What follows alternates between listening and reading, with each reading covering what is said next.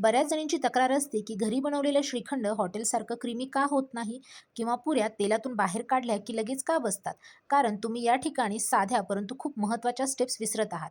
आजच्या व्हिडिओमध्ये मी अशा काही सिक्रेट ट्रिक्स तुमच्याबरोबर शेअर करणार आहे की ज्यामुळे श्रीखंड अतिशय मलाईदार होईल आणि पुऱ्या ताटात वाढेपर्यंत टम्म फुगलेल्या राहतील. व्हिडिओ शेवटपर्यंत नक्की पहा. चला व्हिडिओला सुरुवात करूयात.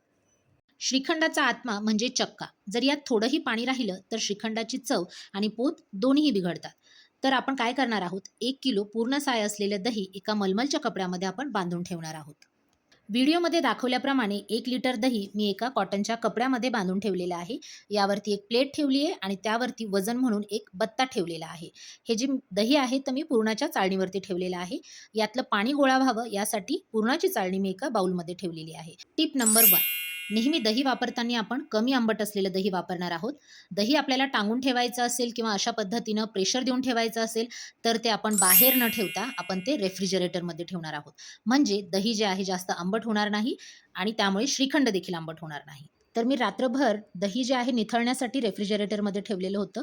खाली बाउलमध्ये तुम्ही बघताय अशा पद्धतीनं एक्स्ट्राचं जे दह्यामधलं पाणी आहे तर ते या ठिकाणी जमा झालेलं आहे. टिप नंबर 3, चक्का आणि साखर आपण कधीच मिक्सरमध्ये फिरवायचं नाहीये.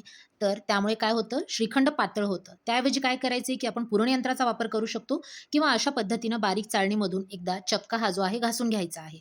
म्हणजे ज्या पद्धतीनं आपण चाळणीतून काढतो तशा पद्धतीनं हा चक्का देखील एकदा चाळणीतून काढायचा आहे. म्हणजे दह्यामधले जे लम्प्स असतील, ज्या गुठळ्या असतील तर त्या राहणार नाहीत आणि एकदम मलमली टेक्स्चरचं श्रीखंड आपलं तयार होईल.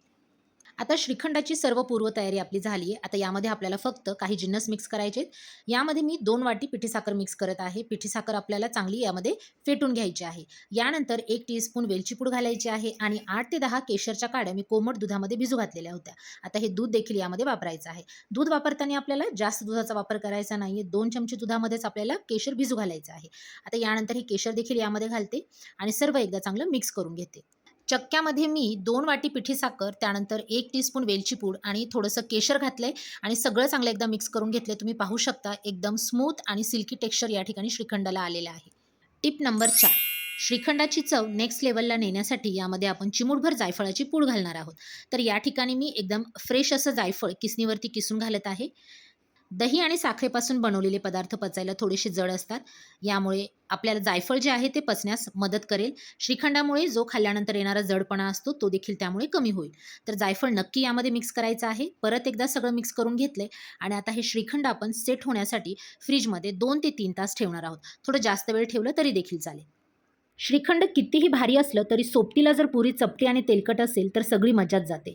तर आज आपण पुरी बनवताना अशा काही 5 टिप्स पाहणार आहोत की ज्या वापरल्या तर तुमची पुरी ही एकदम गोल्डन बनेल आणि ती एकदम टम्म फुगलेली देखील असेल. टिप नंबर 1, 2 वाट्या गव्हाचं पीठ मी पुरी बनवण्यासाठी घेतले. यामध्ये 2 चमचे बारीक रवा वापरायचा आहे. रवा वापरल्यामुळे काय होतं की पुरीला एक स्ट्रक्चर मिळतं, ज्यामुळे ती तेलाबाहेर काढल्यावर पण बराच वेळ आपली फुगलेली राहते आणि क्रिस्पी राहते. यातच एक छोटा चमचा मीठ घालायचे. टिप नंबर 2, पिठात आपण एक छोटा चमचा साखर मिसळणार आहोत. पुऱ्यांना जो तांबूस रंग येतो तो यामुळेच येणार आहे. पिठात फक्त 1 चमचा आपण साखर घातली तर साखरेचं कॅरमलायझेशन होतं आणि त्यामुळे पुरीला एक चांगला रिच असा गोल्डन कलर येतो. टिप नंबर 3, आता आपण या पिठामध्ये मोहन घालणार आहोत. तर 2 चमचे मी तेल गरम करून घेतले आणि कडकडीत असं मोहन आपण या पिठामध्ये घातलेलं आहे. मोहन घातल्यामुळे काय होईल की पुऱ्या आपल्या खुसखुशीत होतील. आपल्याला तेलाचा जास्त देखील वापर करायचा नाहीये. जास्त जर आपण तेलाचं मोहन घातलं तर पुऱ्या जास्त तेल पितील. यामुळे एका कपासाठी 1 चमचा या प्रमाणामध्ये 2 चमचे आपण कडकडीत असं मोहन गरम करून घालायचे आणि हे तेल आपण पिठाला चांगलं चोळून घ्यायचे. दही निथळून खाली जे पाणी शिल्लक राहिलेलं होतं त्यामध्येच आपण पुऱ्यांचं कणिक मळून घेणार आहोत. टिप नंबर 4, पुऱ्यांचं पीठ घट्ट मळायचं आहे, कारण त्यामुळे कमी तेल शोषल्या जाईल, पुऱ्या टम्म फुगतील, त्या खुसखुशीत होतील आणि यानंतर आपल्याला पुऱ्या लाटायला देखील सोप्या जातील. म्हणजे आपल्याला पुऱ्या लाटताना कोरडं पीठ लावायची गरज पडणार नाही. थोडंसं तेल जरी लावलं तरी आपल्याला गोलाकार पुऱ्या लाटता येतील. त्यामुळे पीठ मळताना नेहमी ते घट्ट मळायचं आहे. 10 मिनिट यावरती झाकण ठेवून मी पीठ असंच भिजू देणार आहे. 10 मिनिटानंतर आपण याच्या लाट्या तयार करून घेऊयात. तर 10 ते 12 पुऱ्या या ठिकाणी मी तळून घेणार आहे. त्यासाठी मी एक समान आकाराचे गोल गोल असे या पद्धतीनं गोळे तयार करते आणि आता आपण लगेच पुऱ्या लाटायला घेऊयात. यानंतर आपण आता पुरी लाटून घेणार आहोत. तर या ठिकाणी मी गव्हाच्या पिठाचा वापर करत नाहीये. त्यामुळे काय होईल, की तेल काळपट होईल आणि यानंतर पुरीवरती देखील जळालेले असे गव्हाच्या पिठाचे जे कण आहेत, तर ते दिसायला लागतील. त्यामुळे आपल्याला या ठिकाणी फक्त तेलाचा वापर करायचा आहे आणि मग पुरी लाटायची आहे. पुरी आपण चारही बाजूनी एकसारखी लाटून घ्यायची आहे. कुठे जाड, कुठे पातळ अशी लाटायची नाहीये. पुरी या ठिकाणी लाटून झाली आहे. आपण आता लगेच हिला तळून घेऊयात. Tip number 5. पुऱ्या तेलात तळण्यासाठी तेल हे चांगलं कडकडीत तापलेलं हवं. एकदा तेल चांगलं तापलं, की गॅसची फ्लेम आपल्याला मीडियम करायची आहे आणि मीडियम फ्लेमवरती आपल्याला पुऱ्या तळून घ्यायच्या आहे. पुरी तेलात टाकली, की त्याला स्पॅच्युलाच्या मदतीनं किंवा झाऱ्याच्या मदतीनं थोडंसं दाबायचं त्यामुळे त्यामध्ये हवा भरली जाईल आणि पुरी जी आहे ती टम्म फुगेल.